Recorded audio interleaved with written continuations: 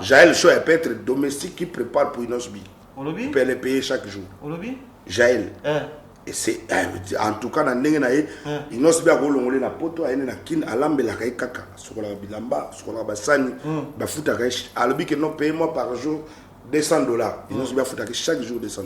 Au sokola basani on ira nini bien ba chaussette eteli 200. Voilà oui, donc tu te comme là-bas na fin du mois on pas 6 000 là.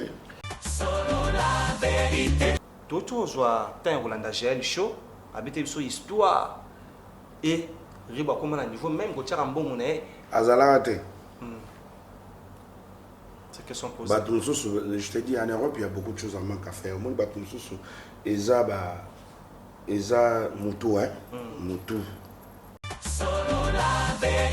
Il y a un baki rebo atika ko sala e si je na ye entre na Inosbi. Alongola mwana na katikati wana. Mwana zo mérité ba connerie na été. Moi, je mérité ma buzz na été na ba bêtise. Et je pense que Rebo Amukolo. Rebo Amukolo, binonde bo surtout que lilo o ke boyebi ke kabwani bolingo sila ça date plus de autrement que 2 ans. Bakasa qui fait faiblesse à Inosbi et à Rebo. Ce qu'on doit de Inosbi ou ta kunate. Nebi pe bo kasi po bo faiblir Rebo, il faut besoin Anita Marabu botambola na. Tu vois, moi je ne peux pas venir raconter l'histoire de Inosbi si je ne connais pas Inosbi, si j'ai jamais fréquenté Inosbi, si on n'a pas eu des intimités avec Inosbi. Okay. J'ai la zone à 3 bureaux na Tangita, ni na Inosbi, ni na Rebo. Il y a Ferré aussi qui devrait partir avec nous, sauf que lui quand il est arrivé à l'aéroport, il a vu que nous tous étions dans le même avion. Il a laissé. Pour la reconnaissance. Na reconnaissant, na nenga pesa un visa. Il y a aucun robeta na Yo Arena. Comme un invité. Première fois. Et puis oui, il y a robeta liboso ya Kalagaga. Na beta Yo Arena va Bill Clinton, va Sénéo, va Ferré, na beta Yo Arena va Batebele. Et dit badia Tanzana noté, Azana boya Kofi, Koko dit la sobo ya Kofi, Batebele to bazaki na pas Kofi. Oui, on a pu fallu pour pas raisonner. Oh, il y a faire il y a visa, bah tombe ah il y aura besoin oui, mais à comme go non na mo fallait azalaka étonné mukolo monanga na oyemba parce que ayeba ki petit na kadogo wana wa bikisa nga na liwa siko akamwe aoki nzembo moko esala succès na Congo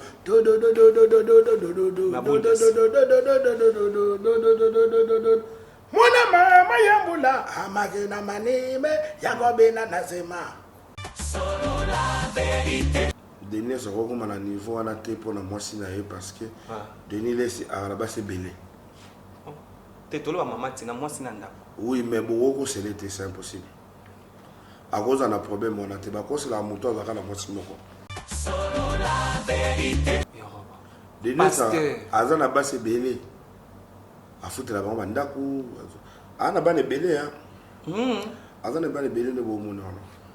Nenga zobela na koloba mais je peux compatir na ko tindele ba force mais assemble la mingi et puis azana na bo solo.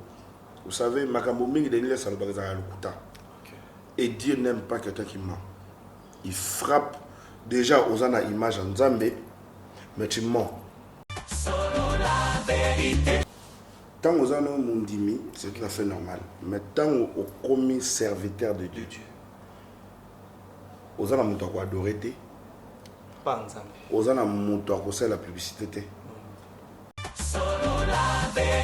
abimse biso sona e matala na mena kachwana atangi ba légende ya musique congolaise atangi ngate point mais yo za légende na légende na disque d'or bo ba ki légende faut dans la disque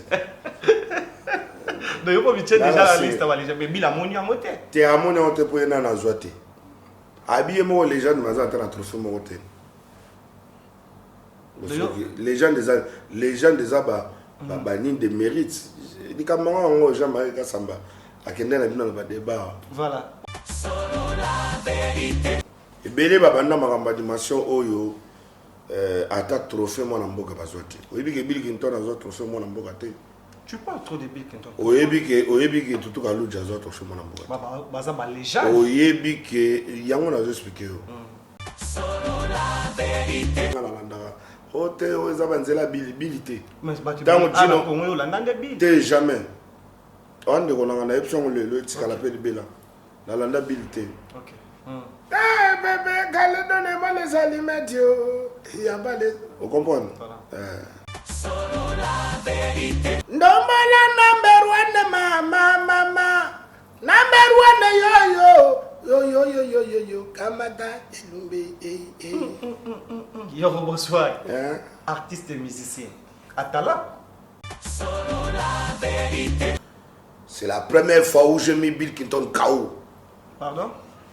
C'est la première fois où j'ai mis Bill Clinton KO sur scène. J'attendais ça longtemps parce qu'il parlait trop. Qui parlait trop? Toi-même tu sais non. Tu as oublié. Où tu veux qu'on parle à Lingala? Voilà. Bill Clinton azatana mérite mokote. Ata ya bana nguba ezati. Solo la vérité. Et puis na ebité. Pour na ebate zo beta na kisasa tona mbujimai. On a des bêtises. Ngana ina bija kuna ba blo congolais betarate. Donc à part Fali Inos Binangai na bija banzembe betaranga. Solo la vérité. L'histoire de Fali Poupa avec le Stade de France, eza fierté na biso. Eza fierté angate. Eza fierté à biso nyos ba congolais. Eza fierté à Jibin Piana ya Kofelo Mide ya Weranson ya biso ya musique congolaise tout entière. Ça veut dire que c'est la fierté de la musique congolaise. Solo la vérité chante enfant. Toute la foule suit son essor. La vérité en écho résonne. Avec Miguel Niemba tout se donne. Give me luck, sweet, treat me sweet. Give me life that flows like a river. Imaginez que vous possédiez une part du rêve américain. Une maison au Texas où le soleil brille et où les opportunités abondent. Chez Dispensation Investment Group, nous pensons que tout le monde mérite une chance de faire de ce rêve une réalité. C'est pourquoi nous proposons des plans de paiement flexibles allant jusqu'à 30 ans, rendant l'accession à la propriété plus accessible que jamais. Chez Dispensation Investment Group, vous investissez dans un bien immobilier et rejoignez une communauté dynamique de personnes motivées, d'entrepreneurs et de coachs experts du monde entier. Avec notre politique pas d'exigence de score de crédit, nous croyons que tout le monde mérite une chance de posséder la propriété de ses rêves. Contactez-nous dès aujourd'hui pour en savoir plus. Dispensation Investment Group. Accédez à votre rêve américain. Dispensation Investment Group.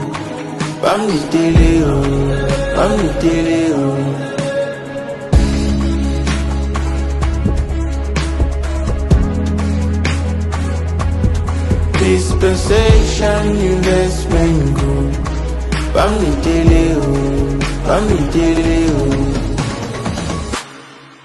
Quand la vision rencontre le béton des rêves devient réalité.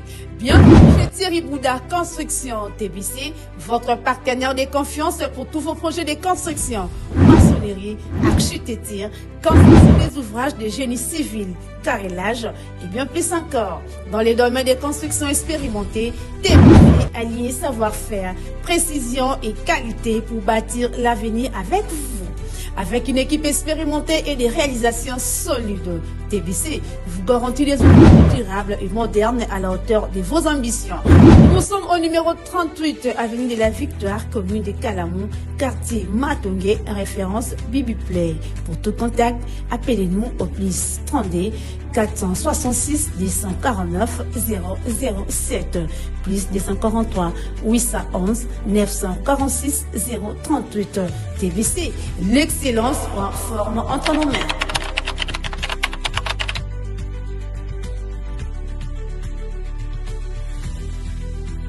Solo la vérité chante enfant. Toute la foule suit son essor. La vérité en écho résonne. Avec Miguel Niemba tout se donne. Bonjour, bonsoir, soyez les bienvenus partout au monde. Vous avez ébélé dans Solo la Vérité Studio. Place où vous continuez à vous abonner, vous continuez à commenter, partager. C'est toujours Dieu merci Mbadinga, comme je l'ai dit. Actualité nous oblige d'être là. S'il y a quelque chose à dire, on a une équipe Mobimba. Il y a 100% Star, vous allez pour transmettre un message dans le temps réel. C'est comme si vous avez un endroit où l'information s'est déroulée.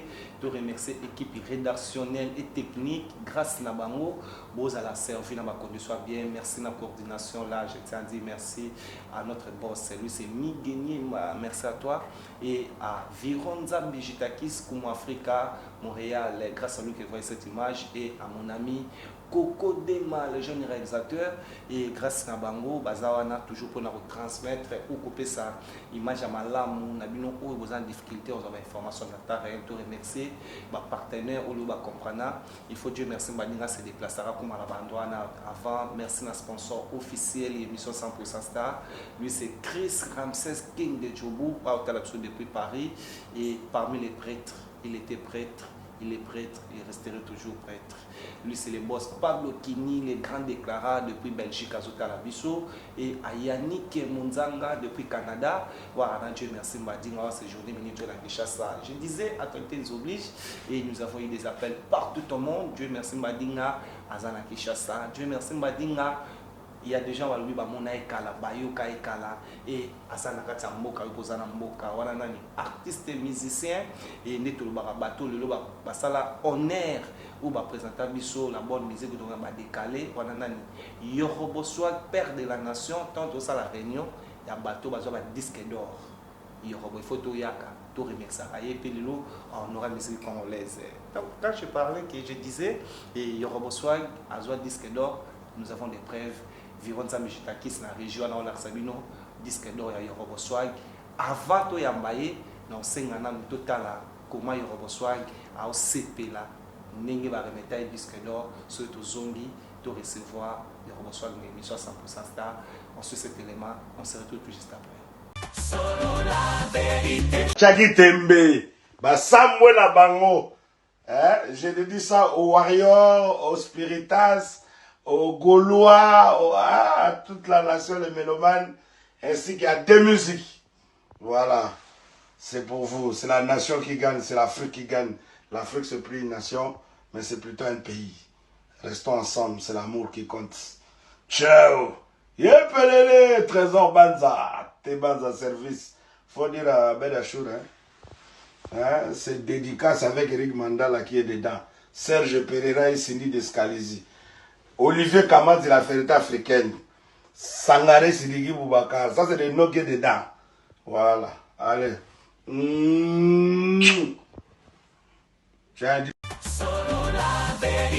Merci beaucoup. Je disais, il est là. Très bien habillé toujours. Yoroboswag Namabili.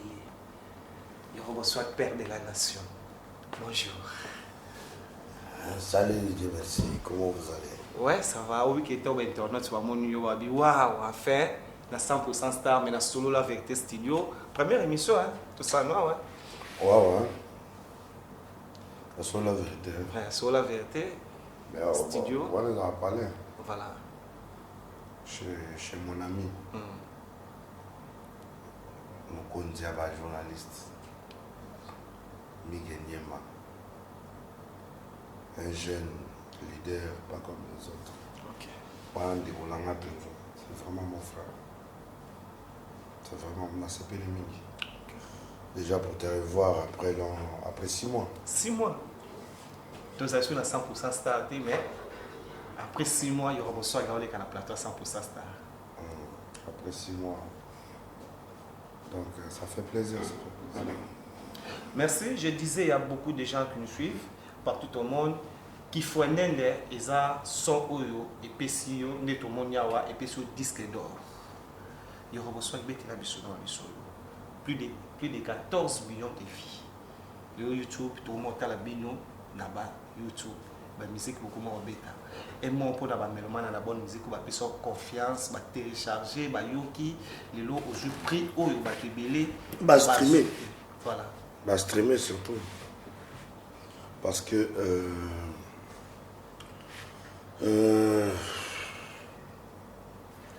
je peux dire que merci. D'abord, avant tout, je dois remercier la Côte d'Ivoire. La Côte d'Ivoire, c'est un pays qui m'a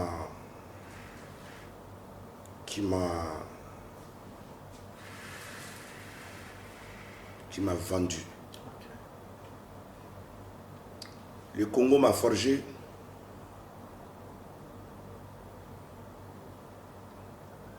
Et le Congo-Brazzaville a mis des moyens. La Côte d'Ivoire m'a vendu. En Afrique, ainsi que dans le monde entier. Raison pour laquelle, quand je vois la chanson Le Fouende, c'est un morceau qui a fracassé le monde entier. C'est un morceau qui a fait danser toute catégorie de personnes. Toute catégorie de personnes. C'est un morceau qui continue à faire danser jusqu'à aujourd'hui. Après 6 ans. Parce que bientôt 6 ans. Hein. Dans un mois. Donc, je remercie aussi deuxièmement à mon ami et frère Serge Beno. Parce que le single d'or, c'est grâce à nous deux. Au début, les gens me disaient non.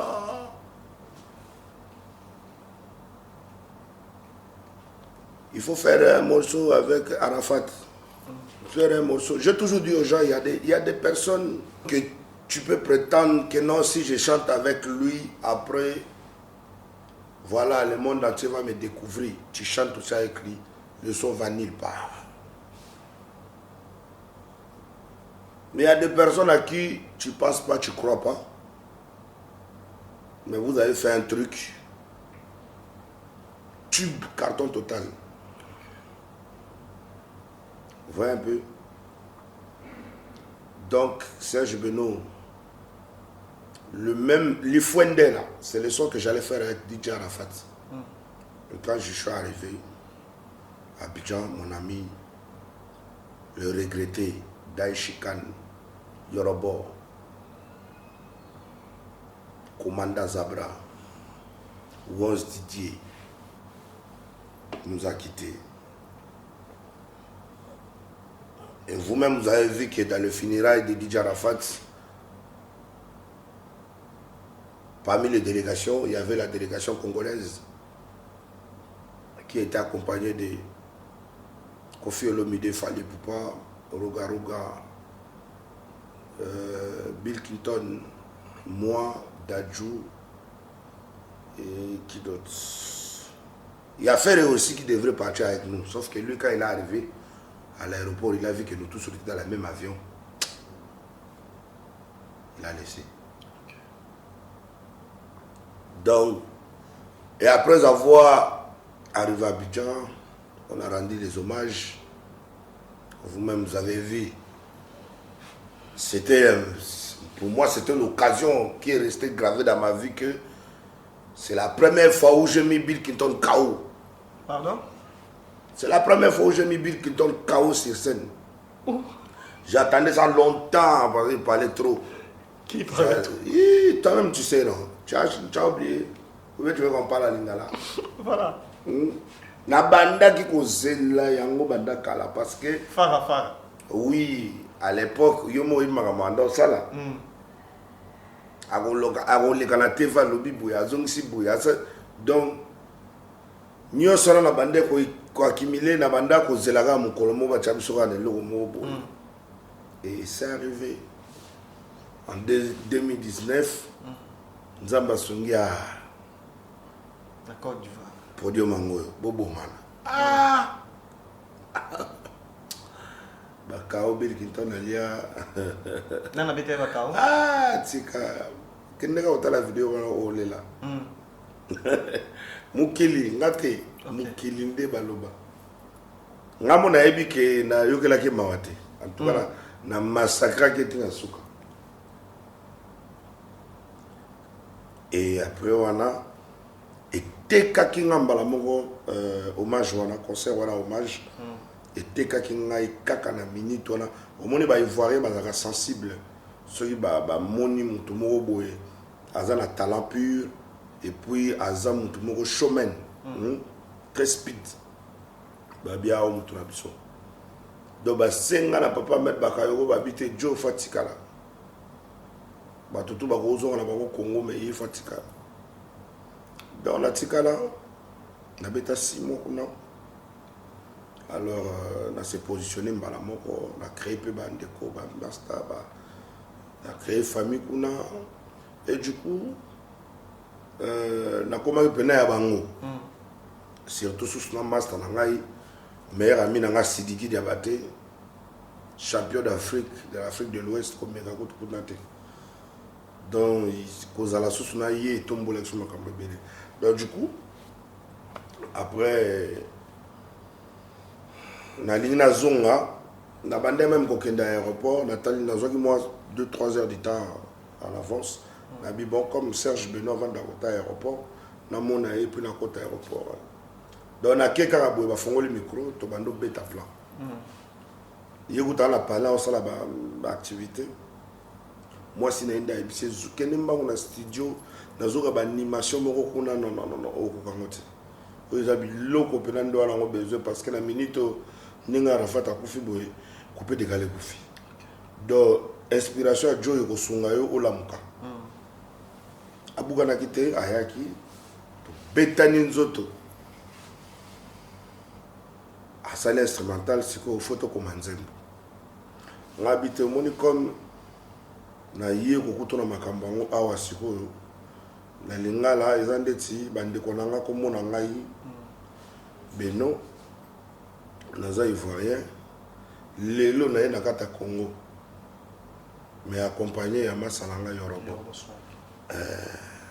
siko bokanga maputa na loketo boya to bina elongo pona nzembo blagite ndo mone ko mama ma chérie je m'appelle Beno je viens de la Côte d'Ivoire ce soir je m'installe au Congo avec yorobo swag bokanga maputa na loketo boya to bina elongo ce son là ça va tout déranger c'est l'Afrique qui gagne on démarre tout le monde démarre sco dans ce mois là ils aba pour ngala mutu na travailler fort travailler fort na comment fort na créer rebelle alors démarrer wana eza roga uta ko bimisa nzembo moko démarrer volant non même de aïe bana braza ba yebi donc ce qu'on a été na moni na bitena ki mango ya muke kimi volant on attend tout ça là Jésus sur la croix la kimi volant na kena ora on démarre tout le monde démarre mon les même danse mais krika ndé na kena ko tout ça après na ba ma chérie faut danser li faut ndende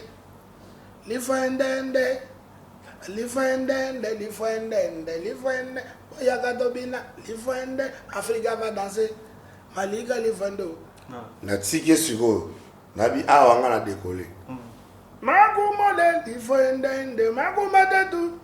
Nani kutadi za kwa miegina kwa me, Magino malugetu Lifende. Donc, ça est kangi. Donc, tu peux t'enlever moi dans moins de 1 heure de temps. Na kepe na avion na zone kin. Bah tu vas zilanga na kin depuis la kena matanga. Donc après, tu colles ça qui paye moi qui fraternité na kulu tu n'as fallu. Donc après, quand on a kin et nzembo etikali ko bima carton ya blackté. Parce que na monde ba ko mo benga ngai. Producteur na mo benga mbango te fozo ngana Abidjan. Faut ça la clip mbango to na tenter. Nzembo kangi mabe. Na zone na Abidjan to ça les clips.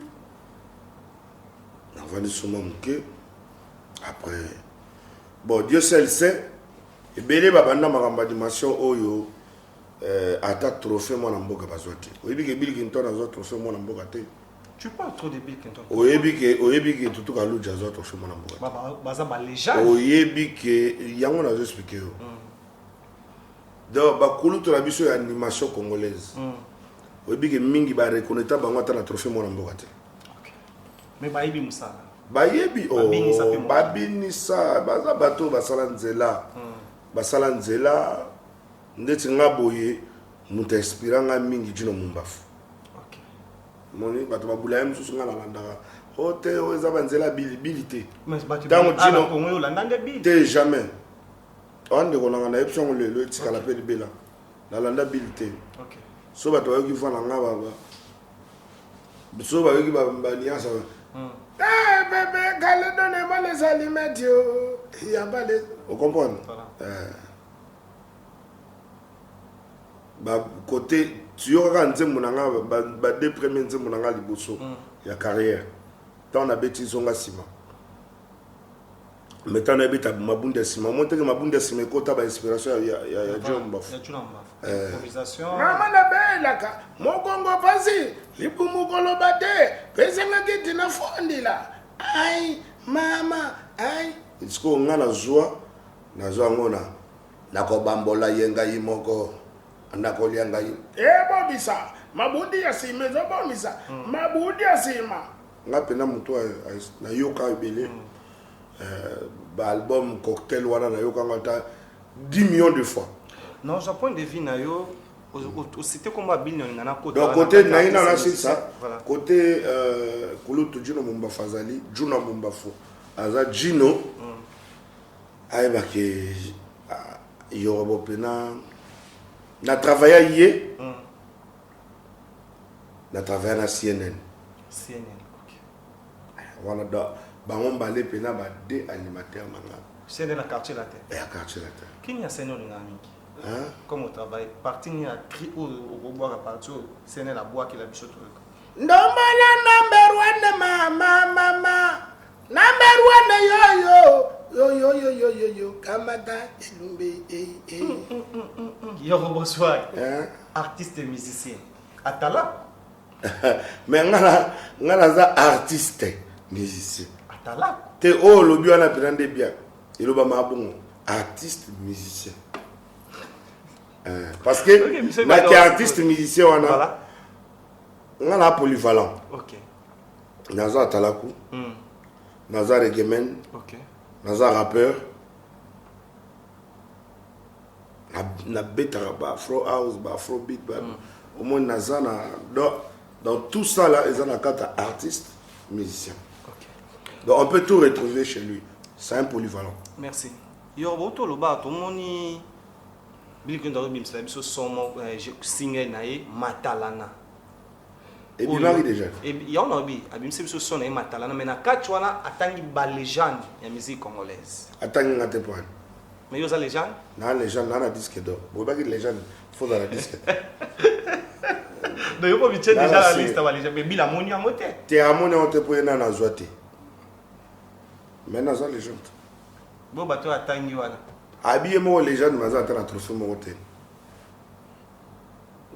les gens des aba ni de mérite ni kama ngo Jean-Marie Kasamba akende na bino ba débat voilà oyo ko ndima Clinton azata na mérite mo te ata ya bana nguba ezate ata bana bikate trophée ezate voilà bato ya tangi ba légende na bato peut-être 2 ou 3 personnes nani oyo monika zangi saki na kachwana ko chaper légende pour yé lelo animation qu'on va pas ba juna mbafu tout cas na ye na c'est l'Osram Poutine ou alors c'est Johnny Mincho na libanda mboka c'est le scrum à la légende olobi c'est le scrum à la légende c'est le scrum à la légende yorbo à la légende mais tant autant combo c'est le scrum à la légende à salande tinini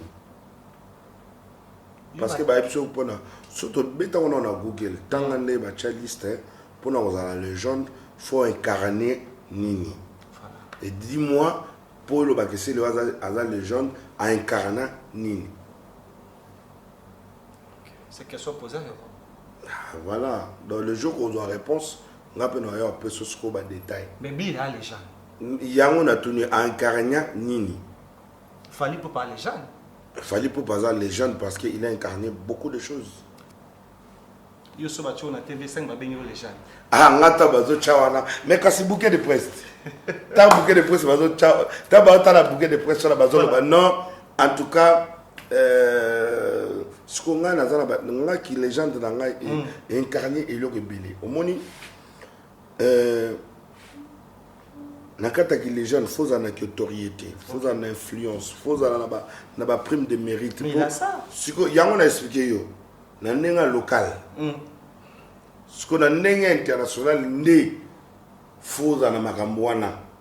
Parce que au habitué local ne compte pas. Et pour toi c'est Fali Poupa il est légende. Fali Poupa c'est une légende. Tu confirmes? Je confirme parce que sur aucun plateau ya Mundele autouni komba Fali Poupa bako betelo biloko nyonso incarna. Ko fait le midi baolbano que c'est une légende. Oui, Ranson. Malandela Vinaye, oui, Ranson Baolbano que c'est une légende. Jibé Piana. Jibé Piana Baolbano que c'est une légende. C'est les gens qui ont osé. Au monde Babilo to sala lelo. On ne connaît le bibi qui tourne à Yembi Mamatala. La même zéba na yebi en tete maintenant non na do débattre na ga mais na yo qui zéba ngote et puis na yebité. Pour na yeba tezo betala ki sasa to na mbujimai. On a les bêtités. Yo zé na kisa telibana. Ngana na bija kuna ba blo ko ngole betarate. À part Fali, Inosbi, à part Inosbi, Nanga Moro aussi. Donc, à part Fali, Inosbi, Nangaï, na Abidjan, on dit le bétaran. Yo, non, linga, aux anabis clair, n'a pas que le bas vérité. Où tu as Fali Poupa à grand frère. Premier Congolais, à la tête d'affiche, la production, Oyo, ma producteur, ma loué Stade de France. Mais ma artiste congolais, à la bêta et à salper sold out. En tant que Congolais, premièrement, et en tant que mission aux gens on a dévolé, qu'est-ce que tu peux dire na ba mélomane et na Fali Poupa ou azotala ou la sali honneur. Il y a musique congolaise na niveau international ndenga sala ndenge ba collègue ne peut pas sala. En tout cas c'est un honneur. C'est un honneur. Non mon avis va te comparer ngo ebele les Congolais ils aiment trop comparer les choses parce que c'est des bluffeurs en fait. Ils bluffent tellement beaucoup. Il y en a aussi beaucoup qui sont des mythos. Il y en a beaucoup aussi qui manquent à faire. Mais en vrai, l'histoire de Fali Poupa avec le Stade de France, ils ont fierté à Bissot. Ils ont fierté à Ngate. Ils ont fierté à Bissot Congolais. Ils ont fierté à Jibin Piana. Il y a Kofé Lomide, il y a Weranson, il y a Bissot, il y a la musique congolaise tout entière. Ça veut dire que c'est la fierté de la musique congolaise. Le Mouto a été musicien. Il y a Congo, il faut la fier nango parce que c'est pas donné à n'importe qui. C'est pas donné à n'importe qui. Mon frère, là où il y a plus de 120 millions d'habitants, Fali Poupa, moi je dis c'est une grâce. Et ça grâce moko oyo et puis ça me l'a battu sauté.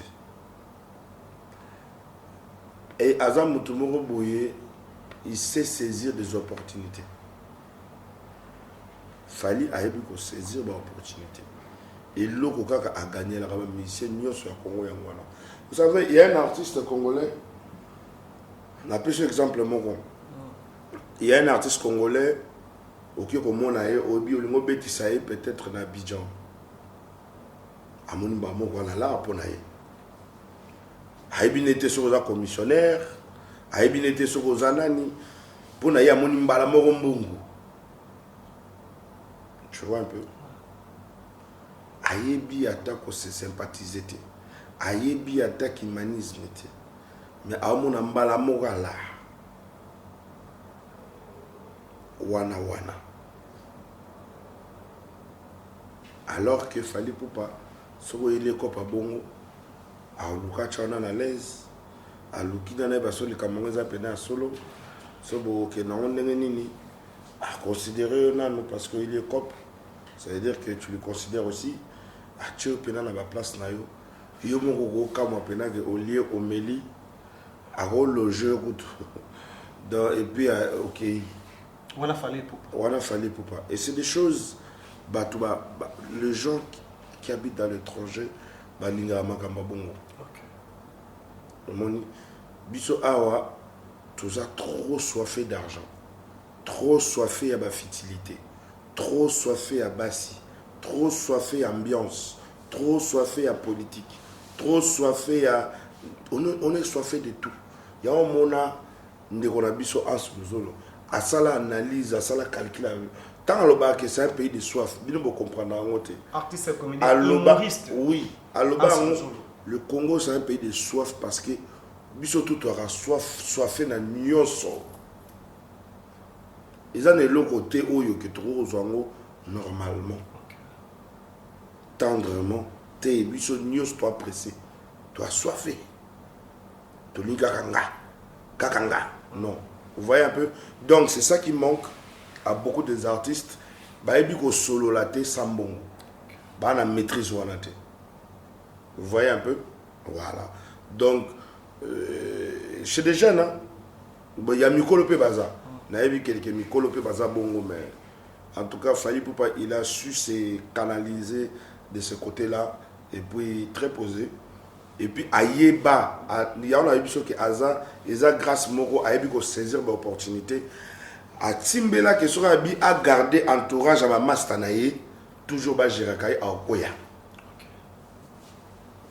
Ce qu'il fallait pour pas garder à Bobo Kakese, Chibambalo, Balani, Tutouana, mais l'autre met à le soleil fallait. On comprend, fallait la suite tôt, Abino, faiblesse dans les années. Faiblesse dans les abats mastananga. Omoni. Faiblesse dans les abats mastananga. Faiblesse dans les abats mutubo. Faiblesse dans les abats lobo. À se dégager dans parce que tala lelo au sur tu gérance les qui n'ont pas de gérer l'entreprise là au monake et mata et kita ma asala ma beto malam au anolim saka. C'est mon petit frère. Ah, c'est mon meilleur ami. On vient de loin. Donc, du coup, Fally Ipupa, il a accepté de garder les très bons contacts avec ses amis. Mastana Boumouana Yakala a gardé la bango relation. Mais à Tiki Moussala n'avait pas bateau. Baza professionnel. Andini que manager na un Camerounais, un Nigérien, un Français, un Américain, sans si bango tout. Vous comprenez? Mais Congolais. Pourtant le bagarre vient au moins il n'est pas monté melembi. Donc faiblesse dans moi. Et aujourd'hui il est loin à cause de ça. On peut dire aujourd'hui que tu commences maintenant à peut-être à interpréter Boulam, il a fallu, raisonnement, il a fallu. Non, je l'ai toujours dit depuis longtemps, c'est seulement que les gens n'aiment pas écouter. Okay. Moi, je l'ai toujours dit depuis très longtemps parce que, à la base, Fally Ipupa, c'est d'abord ma fierté. Okay. Moi, je le prends d'abord pour moi. Moi, je m'en fous que quelqu'un soit content ou pas. Pour les autres, je ne m'en tape. Ça me dit absolument rien. Pour Batouba, Kanisaba, Baba, et Talina, tout ça. Je m'en bats les couilles. Mais Nathalie Anan Fally Ipupa pour moi d'abord.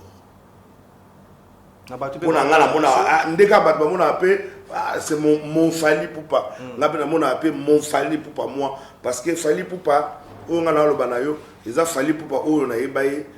Azana nous Fally Ipupa 2006. Pour battre mon sous-sous, au Monica Bateau, il a Fally Ipupa depuis droit chemin. Si vous avez depuis son arrivée quartier la tête. Il Fally Ipupa il y a Pullman. Il Fally Ipupa il y a Pullman. Il y a bête ma sasibo na ye na bigisi na liwa. Il peut Fally Ipupa na yo lelo te wana et dit badia tazana noté azana boya kofi koko dila sobo ya kofi bato belo to bazaki na pas kofi. Oui, on a pu fallu pour pas raisonner. Oh, il y a faire il y a visa. Ah, il y aura besoin oui, de mais non, yo kanga ngai na bon sa langage te à cause de visa. Pour na visa. Rebit. Rebit. Vous avez bien à Congo. Yo yebi. Te bateau balinga baloba. Baloba. Bazala ba ignorant mais ba mo ba yebi que c'est pas à cause de visa. Voilà. Na la souka na carnet d'adresse, na la souka na relation.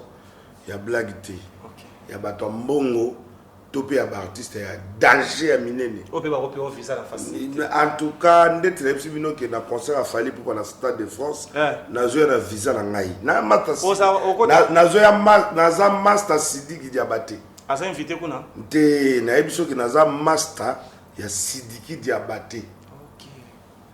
Ngai kolongola kaka ba congolais. OK. Kota ba malien na niveau mususu communauté malienne kaka na niveau mususu yorobo waza ipeme na fali pupa na yorobo waza peme na Sidiki Diabaté yorobo waza na niveau likoleza yorobo wapi na niveau international lelo na niveau visibilité na niveau ya répertoire qu'on peut dire ya relation d'artiste yorobo ya fali pupa ou yorobo Sidiki Diabaté yanga mugonan non personne ya yorobo yokanga yokala yanga mugonan. OK en fait batu fo ba baka et ça parce que mingi ba yebi ba parcours na bisoté ba yebi te que yorobo tanga bandi musique na ye mutu moko ta tchele boko ngala bima pa mutu te. Moi c'est pas grâce à Fali ngala bima pa Fali te ngai te. OK ngana apio peza Fali mais na bima pa nete nga mutu bimi sangate na ye moko Fali azalaka étonné mukola mona ngana wayemba parce que ayeba ki petit na nga kadogo wana wa bikisa nga na liwa siko akamwe aoki nzembo moko esala succès na Congo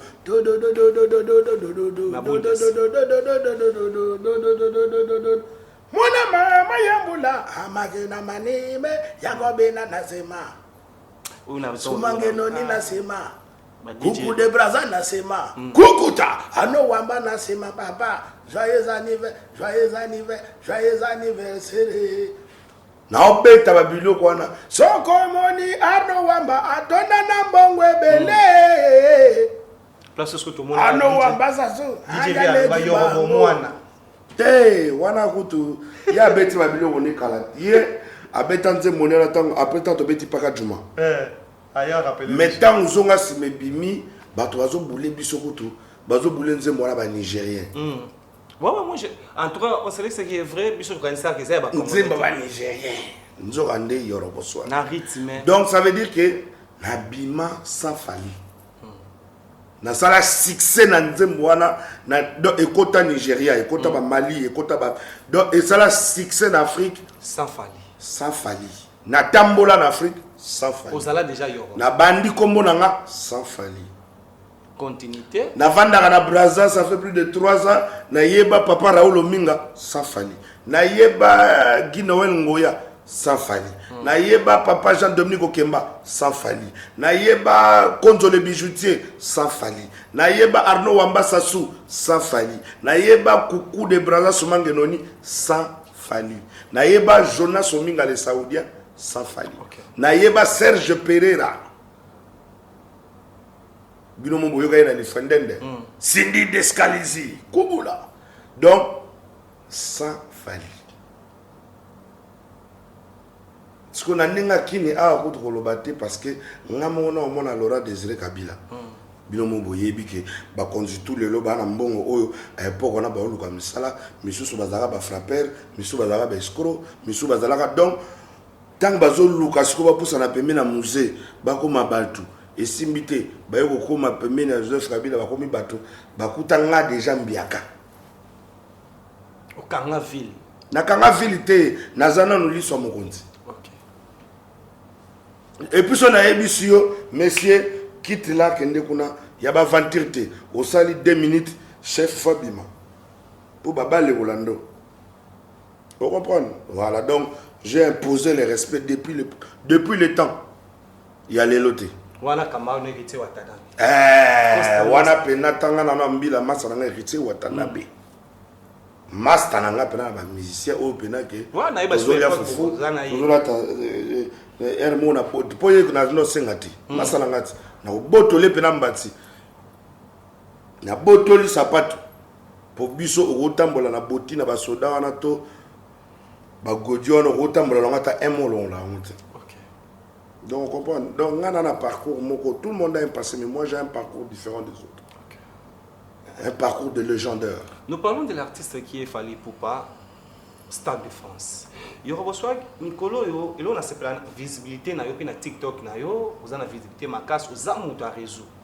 Tant que la polémique entre la contribution selon demande, il n'y a pas de balobi et tout côté même des niveaux na carte pour tout le monde intervention na gouvernement congolais eza obligé de soutenir Fally Ipupa mais côté mususu ba to masolo ba $1 million il y a au gouvernement PC ba mususu balobi zakara démentir yo oza musicien oza pe muto za na circuit wana so mbongo ebimi koyeba yo bodeva caméra na biso ya Viron Nzambina Kokodema.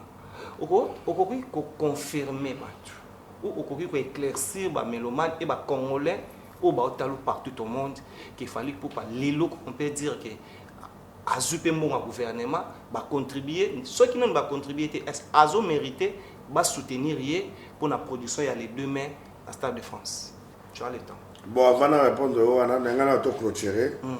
Le solo question tuna kingai yoroboya Fally to yoroba Sidiki. Donc on a clôturé et on a vu que Fally Ipupa il reste mon grand frère et que je respecte beaucoup, que je considère. Et Fally Ipupa pour tout ce qu'il a fait dans ma vie, je reconnais que nyonso Fally Ipupa sala la vie nanga ezara visa ou apianga. Et puis na boya ngote. Olobi nyonso sala. Ils ont visa. Pour la reconnaissance. Na reconnaissant, na nenga pesa un visa. Il y a aucun robeta na yo arena. OK. Comme un invité. Première fois. Et puis oui, il y a robeta liboso ya Kalagaga. Na beta yo arena va Bill Clinton, va Céléo, va Ferré, na beta yo arena va Batebele. Reconnaissance il y a wana donc, il y a très important parce que mingi dit ce qu'on a beta yo arena. OK. Vous comprenez? En tout cas, de ce côté-là, mon grand frère, merci beaucoup. Et nous avons comparé Fally na Sidiki Diabaté. Côté Akolutu na Fally, j'ai de bons souvenirs. Côté Sidiki Diabaté, j'ai toujours eu de bons souvenirs parce que Fally Ipupa, c'est mon grand frère, Sidiki Diabaté, c'est mon ami. Il y a une différence. Voilà, donc ça veut dire que c'est que j'ai... On n'a pas de frontière avec Sidiki Diabaté. Quand je te dis c'est mon ami, c'est plus qu'un ami, c'est... On ne peut pas comparer ça, c'est impossible. Et puis, aujourd'hui, je me considère plus un Malien qu'un Congolais. C'est vrai, Europe. Non, aujourd'hui, je me considère plus... Ça veut dire qu'un Malien plus qu'un Congolais.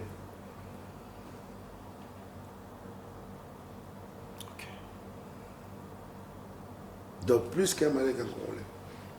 Je suis plus un Malien qu'un Congolais. Aujourd'hui. Je suis plus un Ivoirien qu'un Congolais. Aujourd'hui. Parce que vous savez, dans notre pays, il y a trop de bêtises.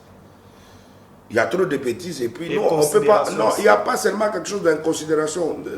On n'a pas besoin d'être considéré. Quand c'est un pays, on n'a pas besoin d'être considéré. Ça appartient à personne. Quand on parle d'un pays, on parle d'une nation. C'est pour tout le monde entier. C'est-à-dire que c'est pour tout le peuple congolais. Vous voyez un peu. Et puis, quand tu me demandes l'histoire de mon grand frère Fally par rapport au Stade de France, commençons d'abord par là. Même si c'était vrai. C'est l'argent de quoi? De l'État. Ça a un père de quelqu'un. C'est l'argent d'avait de la main d'une maman de quelqu'un. Non. Ça vient d'un papa de quelqu'un. Non, non. Ou bien l'argent de l'État. Quand 300 millions ont été perdus, c'était l'argent de quoi? De l'État. Quand 250 millions perdus, alors là, c'était l'argent de quoi? De l'État toujours. Quand l'argent est parti à Barça pour les maillots d'entraînement, l'avait porté, jeté, c'était l'argent de quoi? Des Léopards et des RDC. De l'État. Il faut répondre bien. Voilà. Quand l'argent est parti à Monaco, c'était l'argent de quoi? De l'État. Vous voyez un peu? Maintenant, si l'argent passe, j'ai fallu. En mérité. Moi, j'ai compris, le gouvernement congolais n'avait pas d'impact. Tu savais que tu vois l'histoire de Fali, l'histoire d'argent, on a reçu le mur de Qatar avant-hier, personne n'en parle. Okay. Vous voyez? Il a laissé aussi l'argent. On n'a pas vu ce qu'il a laissé. On ne nous a pas mis au courant. Nous, on ne met toujours pas au courant. On nous dit qu'il y avait tel. Mais il a laissé quoi? On ne sait pas. La culture, c'est ça qu'on appelle d'être cultivé. Parce qu'un pays où la culture est bafouée, un pays où la culture est écrabouillée, un pays où la culture est anéantie, c'était un pays mort. Vous savez, la culture apporte tout. Changement de mentalité. L'union nationale. La solidarité. La culture réunit beaucoup de choses que la politique ne peut pas réunir. À travers la culture, on peut faire beaucoup de choses. Je comprends juste que l'RDC n'avait pas l'impact. RDC, gouvernement, Nabiso, Babandé Koyo Kanate. Il fallait pas dire que l'actualité pour pas l'obéir gouvernement.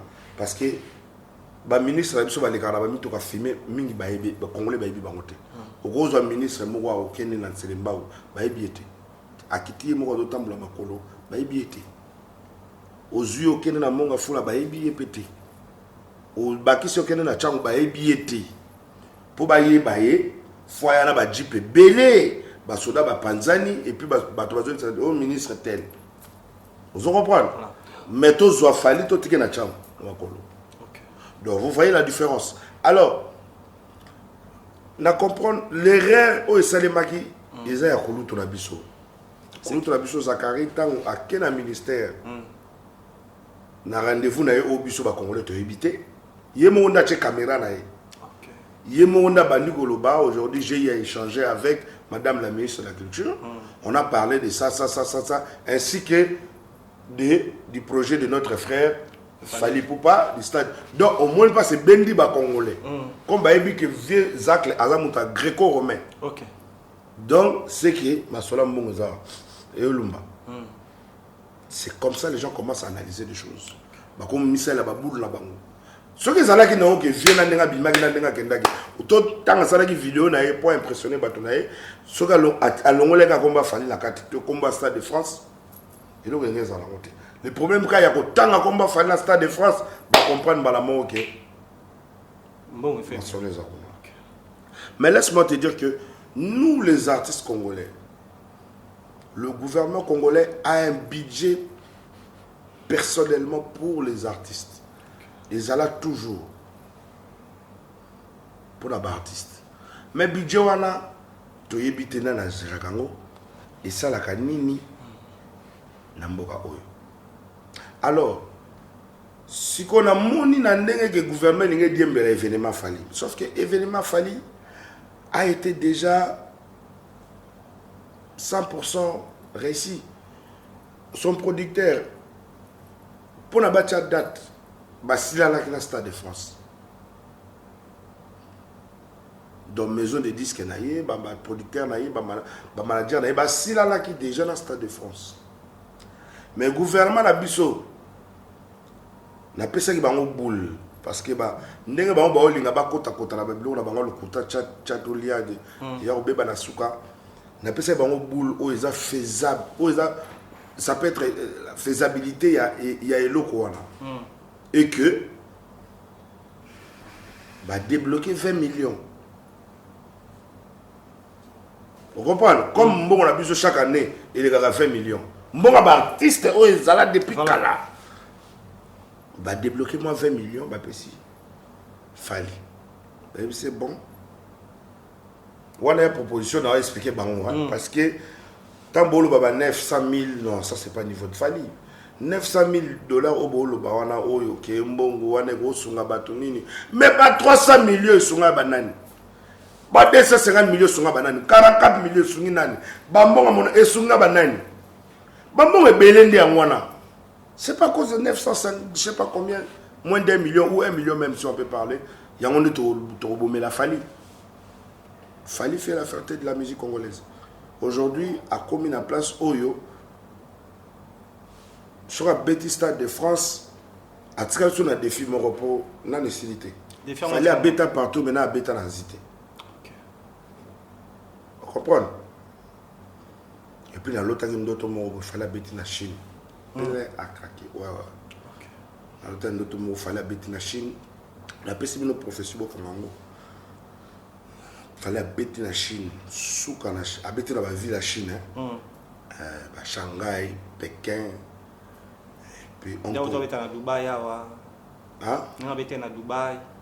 Il y a la personne en Chine. Il faut que côté wana. Côté wana habité. Donc maintenant, l'Europe a clôturé le stade de France. Merci. Pour les abats, donc wana penza Europe, nous avons le fallait aux assuster. Pour habiter en à qui maman a dit boulouman zengende au Denis au bois qui n'a pas à basket il y a un donc à écochiter dans le stade de France. C'est quelque chose à féliciter. Donc gouvernement na bateau basala qui campagne il y a 1 million sur 900 000 et un bon oyo fali lui-même il doit avoir honte pour le là. Il y a un moment dans l'émission mon albaki Kolo tu n'étais même pas obligé parce que mbongo 900 000 botangana eza mbongo bato ba parola fali avant beta concert ba yu arena wana azo balara ya ko pakola ya mabanga nenga beke bato moko ba ko bonga fali akozwa ndetu na yu arena azo ba 3 millions ya bato mabanga ka mutu botini 100 000 bota o David Muteba o nani boyena boy o Adolphe Chilamwina o Batou, oh Arnaud Wambassas, oh Guinoël Ngoya, oh Papa Jean-Dominique Okemba, oh Bangoto, Michael Gira, cette étoile. C'est rien. Ce que tu as entendu, le gouvernement est 900. Je vois qu'il y a un problème. C'est du michto. C'est du michto, mon frère. C'est du michto, frère. Il ne faut pas suivre ça. Ce gouvernement, il est vraiment s'impliquer. On appelle ça un boule. Il y a 20 millions. Ouais, pour bichot tout en a 4. Toi en a 4 voilà. Il y a 20 millions et puis il faut bakende sur la peine maman Denise Nakero. Pour il faut baser la biso bana excellence ya 25 bana excellence toujours sur 25 bana ya fondation Nakero. Sur bana excellence na ba yemba. Bon, il y a un opéra, il y a un diplôme, il y a Boussoana, il y a un choriste. Parce que la fondation, il y a un plus jamais ça, ou non génocide au Congo. Parce que il y a un Mickey à Mikolote. Il y a Mickey. Il y a un 10 ans. Parce que 20 millions de fallu. Toropia Fali pour moi-même je vais représenter le gouvernement congolais. Oh oui, dans la délégation. Ce que tous une dette, au moins les 80 000 places. Ce que tous une dette place Morondeti à 30 mètres. Il y a les bossons qui ont podium et Rosala. Épargné, public, grand public, chez moi, tout ça, VIP de bossons. Ça pour VIP on les a pour bateau 20 millions. Un événement on a parce que les scénario où il faut salement où il faut teka Congo et traiter la histoire. Merci. Donc j'en ai expliqué yo. Tout le monde yango awa, je me rappelle bien, j'étais dans la soirée de la sœur de Joseph Kabila qui a été fait je sais pas quelle année mais c'était au salon Congo du Pullman pour la fondation musée. Il a fait la même chose. Elle a fait la même chose. Désolé. Elle a fait la même chose. Donc à Senga, à l'époque, on a Jamaïca Sambazo travaillait avec Yves Zogbo Junior. Yves Zogbo Junior a un grand frère, on a un Abidjan. On a fait une campagne à président Prado, Papa Ado, le président Lassane Ouattara. Donc, Joana Moutasala, donc, comme ça, salon Congo, comme on Goma. Moi, il faut pas ça. Comme ici, 20 ou 30 mètres, on a le bossas, il y a comme ça, il a fallu, on a Goma. Bacheba, on a Payotte, Bacheba Nini, Baby Biloko Bachaka, ou Chamoto, et aussi, et même sa pelouse, par moment, Batassa de France, Baby.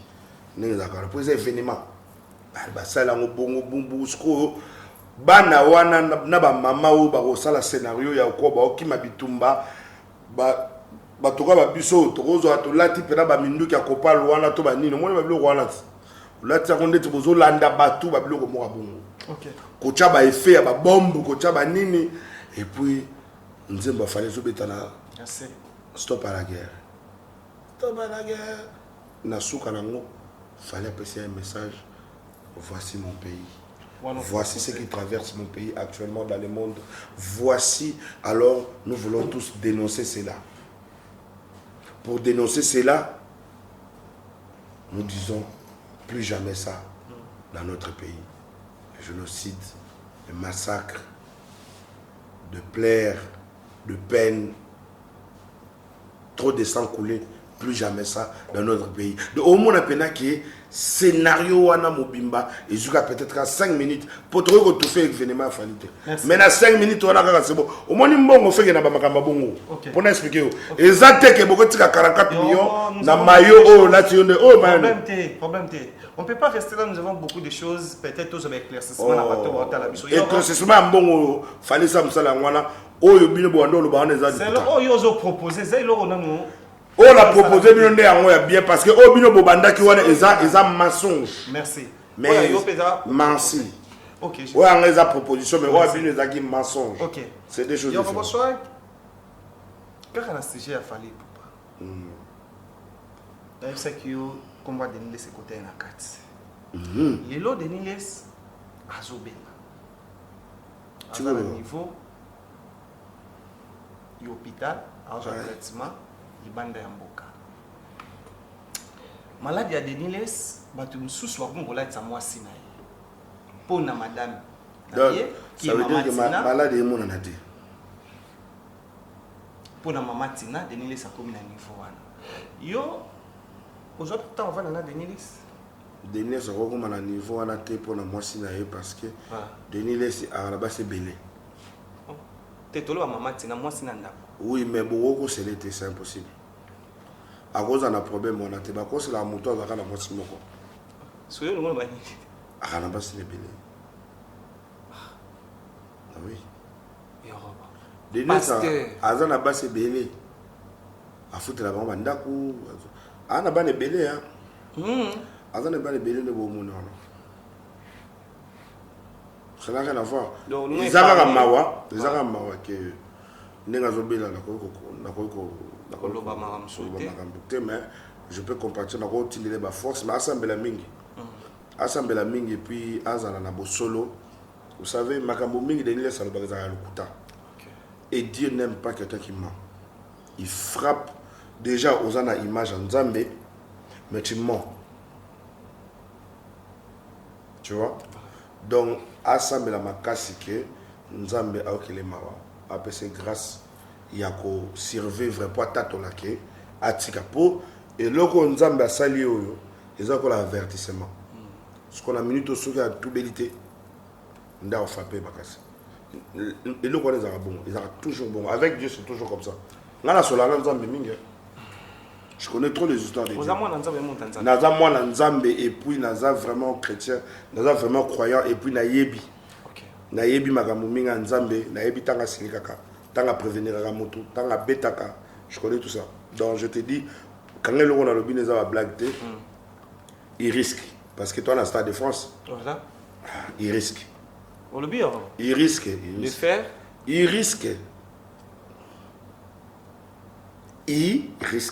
Deniles il risque de na lobby il risque Deniles asala na émission qui est faux à se repentir. Sokité. Il risque. Il risque.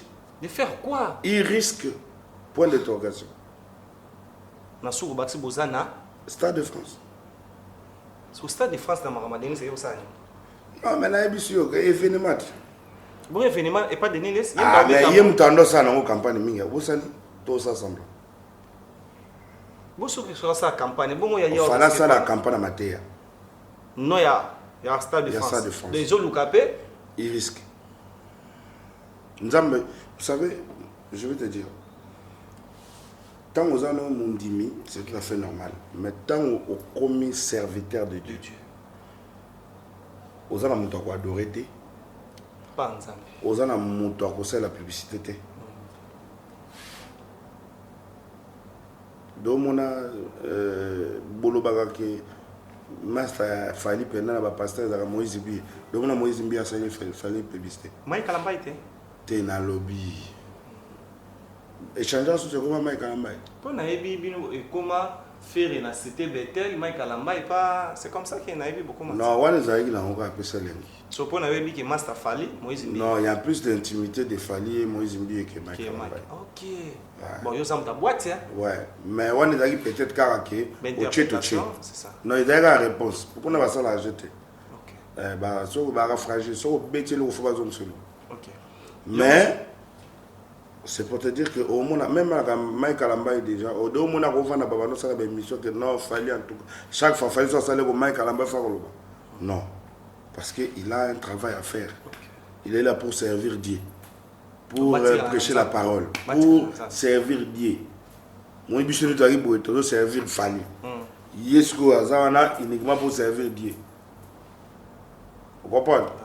Ce qu'on dit, c'est la minute où je sers Dieu. Ah, yo, la carabiso déjà. C'est la minute où je sers Dieu. Koulou Tonanga Fali, il restera mon grand frère, mais Nazan a besoin de servir quand Nzambe. En tout cas, il y a un rendez dans sala parce que Nazana et l'eau monte dans le sala. Non, je peux pas. Je peux pas. Ça n'est. Donc, c'est qui Sidiki Diabaté ou c'est qui Fali pas. Tu restes tout. Sidiki Diabaté, c'est mon ami. Ok. Là, le belé, il reste mon ami. Ok. Ça fait 6 mois, bon, on a le Sidiki Diabaté. Non. Ça fait 6 mois, Nazarita, bon, on a le Fali. Non. Ah, donc ça veut dire que dans le baté. Il reste mon ami, mon meilleur ami. On a la région, on a la statine, on a la TV. Bando Zongi, bon, aux Alaranaï déjà, aux Alaranaï. Mais Banda retourne à Kishasa, où il y a 48 RT, sans cause à l'artiste Inospi. Le lot, à ça, il y a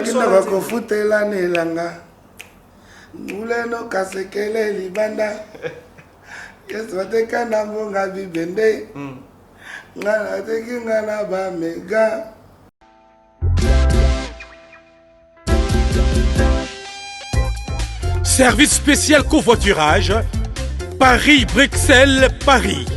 Voyagez confortablement de Paris à Bruxelles et vice-versa de Bruxelles à Paris dans de meilleures conditions.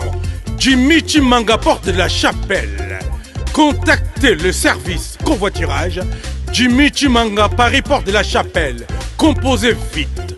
Le plus 33 7 87 76 95 65. Pour toutes vos démarches, afin d'obtenir le passeport Yabanamboka à Bruxelles, dans un délai raisonnable, confiez-vous à Jimmy Chimanga, porte de la Chapelle. C'est sérieux et c'est efficace.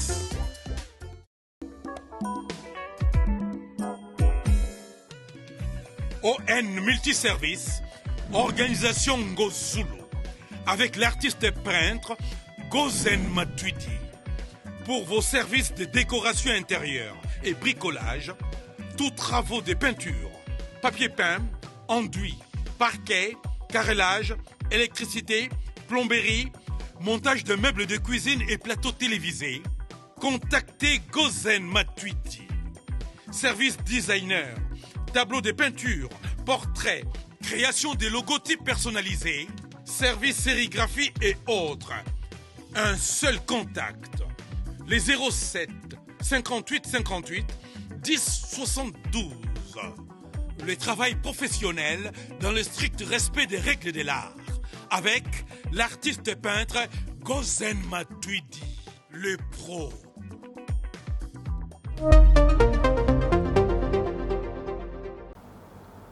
Et c'est plus son zémoine. Nazoki ndako kofutela nelanga. Vule no kasekele libanda.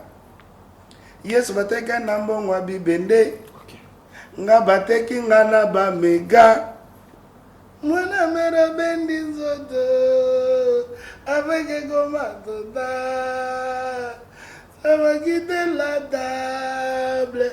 Quand le respect n'est plus servi, n'a pas fait na. Donc, en tout cas, Inosbi, non, au lieu que quand on a Congo, bah il va la bango penza. Valeur à l'artiste était un zémo d'un tube. Peut-être qu'après on a vitesse moro ya le rôle ya rumba. Si quoi Inosbi le on a senga, on a fait un bête un zémo remix na on a ndenge ya coupé décalé to afrobeat. Mais ils en français. Vous savez la test non, ils ont la sengi déjà Inosbi qui na obet un zémo na français. Remix nango na yi. OK. Moi ça featuring. Non, en tout cas nzemba liboso o penanga na sepel nango na beta remix nango ya ngona. Voilà.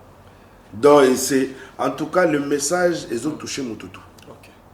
Ils ont un message moko très profond et puis ils ont la réalité, il y a quotidien, il y a lelo, il y a Congo. OK. Aujourd'hui, on doit se dire de vérité parce que ezala na vie, ya baleki na biso, ezala na ba vie na biso, ezala ça veut dire que ba jeune fille baza susu bazola na susu lokola ba maman na biso te. Ba komi bato moko bizarre. Bato ko sangisa nzoto bango na bango basi. To ya kosomba ba pareil. On a basala na ba makambo moko ba bêtise. Et ça se goûter, c'est plus beau à regarder ni à voir ni à vivre. Donc noblesse na biso ya femme africaine et comme bunga na crédibilité ya basi. Lelo ba komi na bango kwa moi ba chienne moko boye. Donc tu peux prendre, tu peux tout ça dit au gros dans la considération na écoute parce que tu sais que au moment où aussi là na va récupérer quand on a quoi place où je les taxi peut-être que pas ça a commaté à changer de destination mutaye biso ake wenze kosoma bilo wa kolia akene na magoda aba ayi biso ake église akene na magoda il y a plus rien et puis en plus de ça ba konzila biso ba autorité na biso ba mère ba parler ba mère bana na bango mikolo na invité so ba komi ba produit fini to nini ba komo lande la biso tina ba ujana to komo kutana utala boye mbanda ya ministre ministre azo benga petit na héros utala boye mbanda ya conseiller conseiller azo benga petit na héros utala boye donc ozo mona que il y a plus le respect qui est devenu qui. Vous comprenez? Donc, actuellement, tout ça n'a qu'à un concept à Inosbi. Dans ma vie privée, dans ma vie privée, tu as adopté un zémoana puis tu as osé la yango. Je reviens, nous parlons de Inosbi aux artistes et musiciens. Lelo, Nzemboana est parce que vie privée naie, na moisi naie, et ça sous malamité. Et na intervention à bateau yo, ba yebi Inosbi. Yebi moi sinaye et ben interprétation et comme go bima ya makambo eleka rappel tout joie tant Rolanda GL show habité sur histoire vraiment neni Inosbi azara Rolanda Rebo et Rebo comme na niveau même ko tchara mbongo na azala te na azala te nan tango Rebo azo même tata walingani na Inosbi na même temps ba ndo vivre de jour mona ba s'afficher na Jaël. C'est question posée. Je te dis en Europe il y a beaucoup de choses à manque à faire. Mon batumsusu eza mutu mutu comme au monde soit enfermé place moko. Aza na liberté té. Il peut pas voyager, il peut pas là, tu parles à Jaël. Ba te belé au moins là-bas on a poto wana. Non le baga na été indirectement non le bala tout au ba kanisa le la yé. Tu vois. Moi, je ne peux pas venir raconter l'histoire de Inosbi si je ne connais pas Inosbi, si j'ai jamais fréquenté Inosbi, si on n'a pas eu des intimités avec Inosbi. Ok. J'ai la 3 bureaux na Tangita, ni na Inosbi, ni na Rebo. Vous comprenez? Azana aïbiété, ba fréquentanate, azana intimité. Bilo misa toana. Azana on ni na Inosbi, ni na Rebo. Yé Jaël. Ainsi que Batunio sur Baolo Babongo Lokolaye. Betaka na YouTube a mutu o yemo assisi discours na yeli bosa famille na ye na ba massa na ba bana misala na ya monde entier na suka nango mutali boso ba pesa parole meilleur ami na ye Koffi Olomide. Parce que Koffi c'est votre camarade, laissez Koffi dans ça là. Koffi pour nous c'est un papa, c'est un père, c'est une légende. Lui il a tout vécu, il a rien à prouver, il a besoin de rien, il a besoin de personne. C'est vous qui passez votre temps de parler de lui. Sinon lui là il a rien à foutre. Vous voyez un peu. Donc, respectez Inosbi. Mêlez-vous de vos affaires. Vos familles, vos foyers, vos couples est tellement médiocre. Il faut d'abord commencer à influencer vos couples, vos foyers, si réellement vous êtes des influenceuses. Mais ne venez pas venir influencer la vie de quelqu'un que tu n'arrives même pas à son cheville. Jaël Cho peut être domestique qui prépare pour Inosbi. Il peut les payer chaque jour. Jaël. Et c'est en tout cas dans ndenge Inosbi a golongolé na poto a na kin alambela kay kaka sokola bilamba sokola basani ba futa kay alobi que non paye-moi par jour $200. Inosbi a futa chaque jour $200. Oui, parce que mituka ya Inosbi na jour moko aura $200 à carburant a golo baga bon dès que bimane olia kabila ba chege bon lelo $200 au sokola basani onika nini bien ba chaussette eteli 200 voilà. Oui, donc tu te comment là-bas na fin du mois on n'est pas 6 000 là yorobo à part j'ai to bon sorti de teki ya Karim Mokonzi alobi yekuta sala cop a 5 Inosbi alimbisa na plateau ya Midinim qui a sala voix même cop Irebo nanda kwa Inosbi a memele cop ya mobile yekuta genre pourcentage Irebo asala ka cop azala osala cop même nanda kwa Inosbi yekuta azala manager. Et le Godangana Loba Nalikambo Oya Inosbi, c'est ça qui est en train de nous fatiguer un peu parce que tout le monde veut parler, tout le monde veut s'afficher, tout le monde veut apparaître. Vous voyez. Donc moi, je vois ça comme ça. Je suis avec Inosbi, mais en tout cas, ils ont un sujet à bichoter. Dès toujours monana, toujours ça la vie na biso, ça n'a rien à voir. Toujours regretter le remonter, toujours abeta roule sur la montée. Donc, ma gamme tous les réseaux sociaux, Inosbi s'en bat le coup, ils s'en tapent. Aïe, bigout et le remonter. Et le préoccupant Inosbi. Ils ont moins. Mais le reste, ils ont la mouton a été, ils ont le téléphone a été, Italie été, alors qu'ils n'ont pas eu mon. Moi, je ne sais pas, moi, na moi, na Aza Bisika, moi, na Aza. Non, moi, na Aza Bisika, moi, na Zali. Avec tout le respect, mon jeune frère, je te considère beaucoup. Les solos et ngana yo, les solos moi na yo, en aucun jour on notre revend dans la plateau de Tobeta. C'est ça na ebiso que il y a tellement un manque de respect.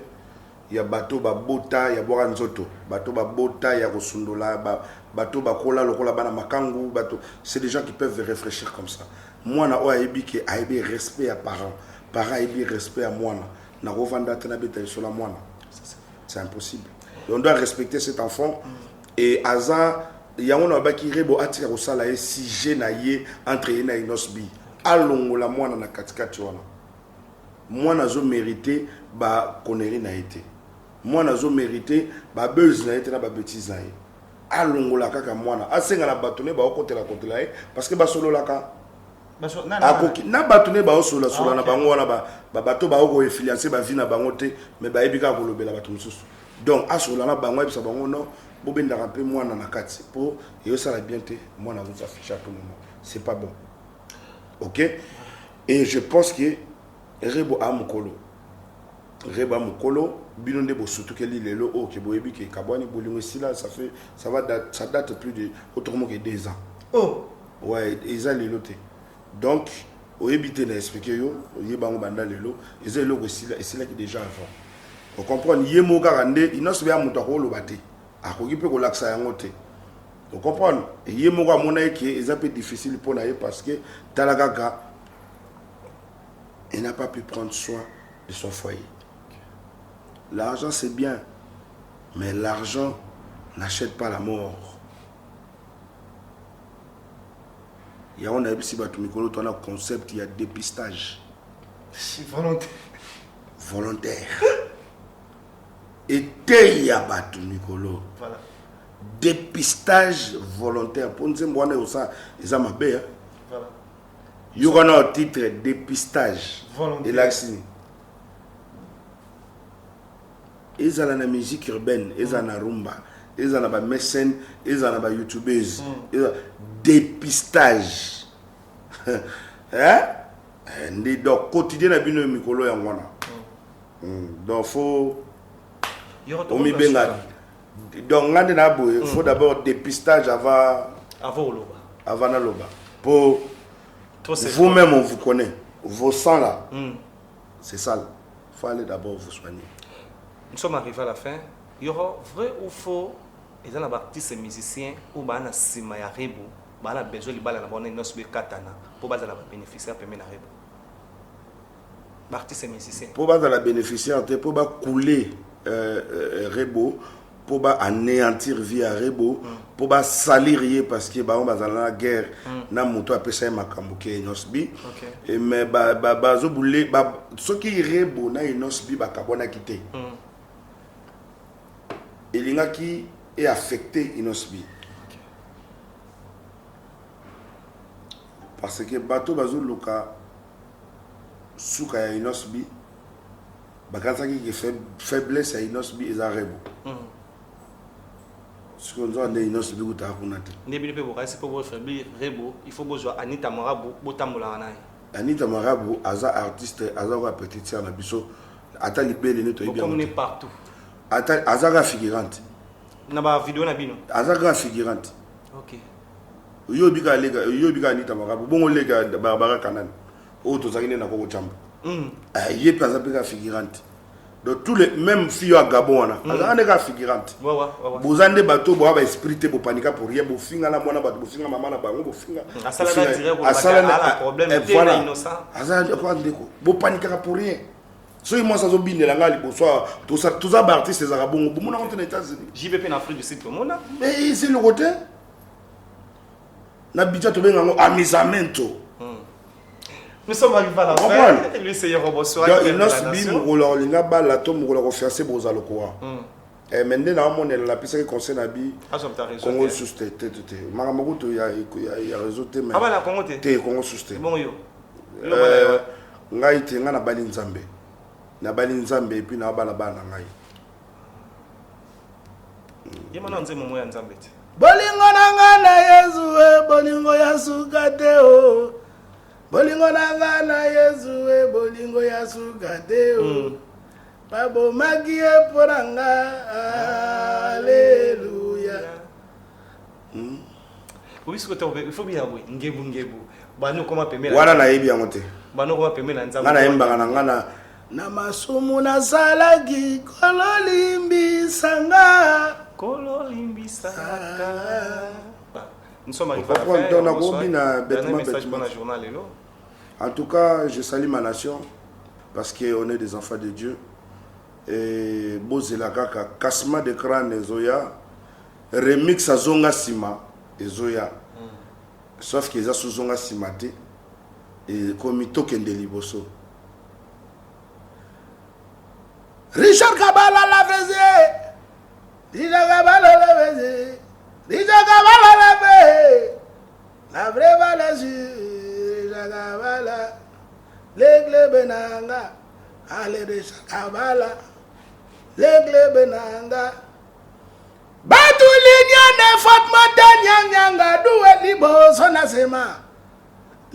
nasema Tobina liboso nasema liboso nasema hebalola mama nasema aliboso nasema nyaga go anyade dadi ndimbum yaga abaga logolo Daouda Kamara liboso nasema Soko moni la vraie valeur Atonda na mbongo ebele Ano wamba sasu Atonda na mbongo ebele Quand je l'ai bijouté Atonda na mbongo ebele Raoul Ominga le moigné Atonda na mbongo ebele Ah, mon général Saint-Oboua, Atonda na mbongo ebele. Merci beaucoup, nous sommes arrivés à la fin. Togo Nande Nasema, Denis Christel, Nasema. Et à Koko Dema, le jeune réalisateur, grâce à Nabango, Bomoni Dieu, merci Mbadi Nazala Kiwana. S'il y a quelque chose à dire, nous serons là pour vous dire, on se retrouve. Naebisio, Kelasi, ils ont acheté. Le maire d'Afrique, Eutoko Fongamawa, Université Moko, Yakitoko Makasi. Merci na Denis Christel Sassou, moi Nandea, Oboso toujours, Oboso toujours. Merci na maman Nathalie Bumba, na monokola, na bandroya Otanga, na Kishasa po na s'installer définitivement à Abidjan. Ok. Donc na monokola na bandroya Otanga na Kishasa. Babisinga na Brazza eza déjà to kaka ya biso Kinshasa nano to moni pena ke ndebilo ka boto bande po moni to komi déjà na excellence et après il y a la première dame sous le maire d'Afrique en tout cas et puis misuso na habité les alarande boye en tout cas. Donc je demande aux gens de faire confiance à l'université, le maire d'Afrique, en tout cas, bisoto namoni nangala kitanga kuna, nazo senga recommandation à papa Denis Christel, ça sous le futur, motema Nathalie Bumba, masalanga Chris Poto, yemoga ebi, o masanae ya blague te ya tongo, yorobo swag. Mibale, kobota na kolongo lopodini. Nako bambola yenga misa mabundi asi mesobo misa. Donc voilà, nous on est comme ça. Solo la vérité, Migenyema mokonzaba journaliste patron na bangonyo sona poto wana mon ami. En tout cas, continuez à go sala musala na ndingo mesana kitoko en excellent. Et puis, bientôt, on est là. Le 2 mai, on est à Paris pour le Stade de France du Grand Frère. Et on a une délégation malienne. On a une délégation malienne. Donc, malien, tout, il y a des riches, on a pour photo boukam. On a fallu pour papier, ça me sera temps. Bati comme ça, tout le monde dans le podium pour tout le monde. Pour ça, qui est un bon dans la zone, on a des maliens, voilà. Masara, des maliens, bana kandami. Ebisagina, Yorobo. Namoni, Tomoni, fallait pour photo bandé de démonstration le 24. Donc le 24 décembre, il fallait pour pas en Mali. Donc ton banda de démonstration bon en Mali. Et puis aussi ça le 2 mai dans Stade de France. En même temps, je signale la nationalité malienne, la nation du Mali, précisément à Bamako. Je suis Yoro Swag, l'artiste international. Le Koroye. Je vous donne rendez-vous le 31 décembre au festival Kai Kun chez la marraine Batulignane Fatoumata Nyangadou, bébé béton, tous les bonbons. Batulignane Fatoumata Nyangadou, libo sonasema. Le 31 décembre au Mali. Et je vous signale que Yoroswag Sidiki Diabaté, c'est le 26 au parc d'exposition. Soutien total à mon meilleur ami, Sidiki Ba Kaladjoula, champion d'Afrique. Le 26 décembre au parc d'exposition d'Abidjan, en sortant de l'aéroport à droite. Donc, on se croise là-bas les 26. Le 24, on est au Mali, à Bamako, au concert de Fally Poupa. Le 26, Sidiki Diabaté au parc des expositions. Le 31, je suis encore au Mali, à Kaï, pour la marraine du monde mondial, Batoulignan Fatoumata, Nyang Nyangado. Donc, je vous salue tous. Tchouchoula, le milliardaire, toi-même, tu sais, il faut préparer terrain. Sidi, toi-même, tu sais, mon ami, on est là. Mamala, Mamala, toi-même, tu connais. Barouba. Merci. Donc, Barouba Fofana, le milliardaire du Mali, votre humble serviteur arrive sans oublier à mon père, à mon parrain, Samba Bachili Bacho. Samba Bachili Bacho, le patron de ADS et Soletra. Merci beaucoup. Donc on est ensemble. Ciao! On se retrouve au prochain numéro. Together.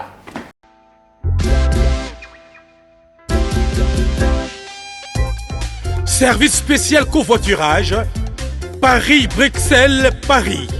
Voyagez confortablement de Paris à Bruxelles et vice-versa de Bruxelles à Paris dans de meilleures conditions. Jimmy Chimanga, porte de la Chapelle.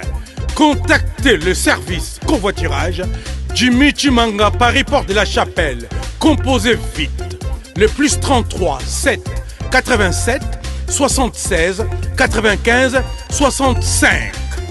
Pour toutes vos démarches, afin d'obtenir le passeport Yabanamboka à Bruxelles, dans un délai raisonnable, confiez-vous à Jimmy Chimanga, porte de la Chapelle. C'est sérieux et c'est efficace.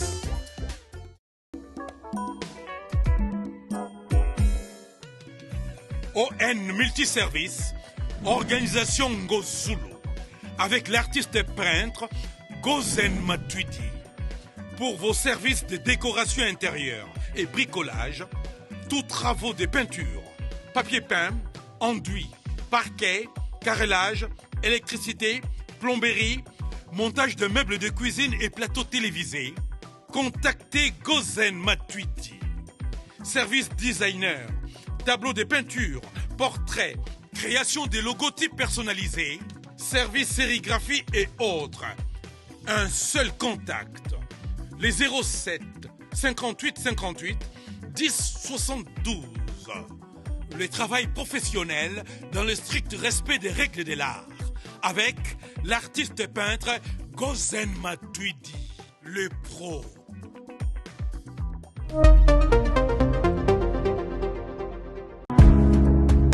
Give me luck, sweet, treat me sweet. Give me life that flows like a river. Imaginez que vous possédiez une part du rêve américain, une maison au Texas où le soleil brille et où les opportunités abondent.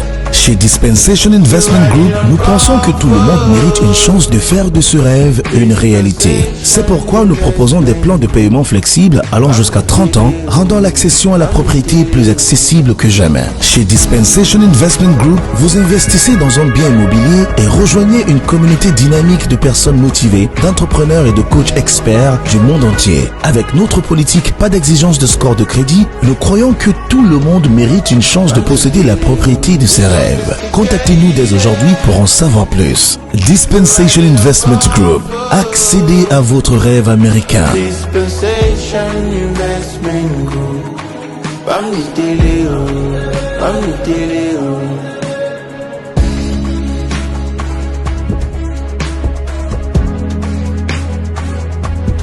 Dispensation Investment Group.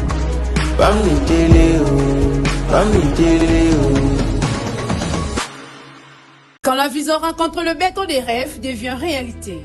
Bienvenue chez Thierry Bouda Construction TBC, votre partenaire de confiance pour tous vos projets de construction, maçonnerie, architecture, construction des ouvrages de génie civil, carrelage et bien plus encore. Dans les domaines de construction expérimentés, TBC allié savoir-faire, précision et qualité pour bâtir l'avenir avec vous.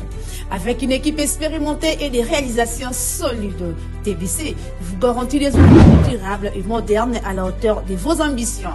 Nous sommes au numéro 38, avenue de la Victoire, commune de Calamou, quartier Matongé, référence Bibi Play. Pour tout contact, appelez-nous au plus 32 466 249 007 plus 243 811 946 038.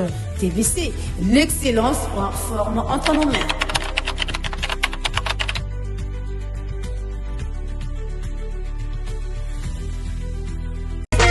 Maison Awatosa chez Maman Nicole Malonga.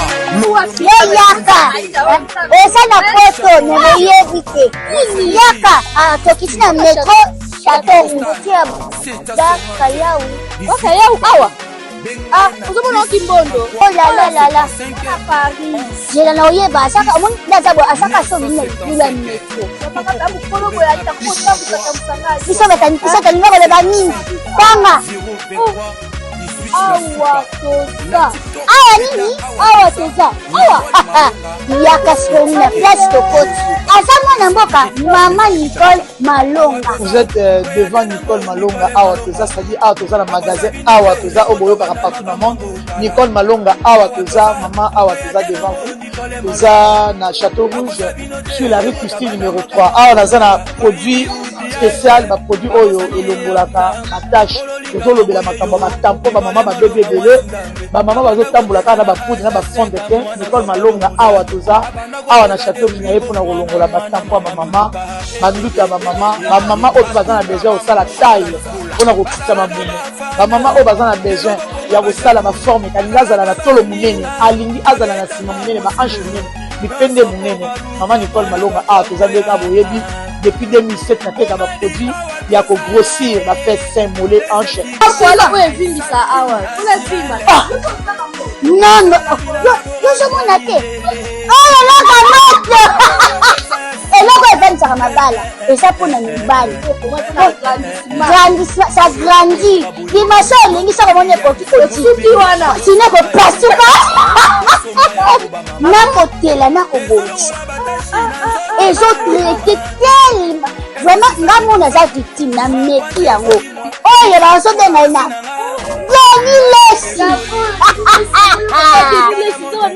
Lesi yeyo azobongisa loposo apoli koteka ngo légalement na magasin ezosalama na laboratoire mondele awa na poto tozoteka ngo légalement. Je pense que omoni ndenge eza na barayon eza eloko moko ezosalama naturellement, ezali baproduit authentique salama naturellement sans aucun produit néfaste. Voilà. Nicole Malonga akosa bino te ye moto abanda makambo kala awa toza boya te nango Nicole Malonga. Solo la vérité chante enfant, toute la foule suit son essor. La vérité en écho résonne avec Miguel Niemba, tout ce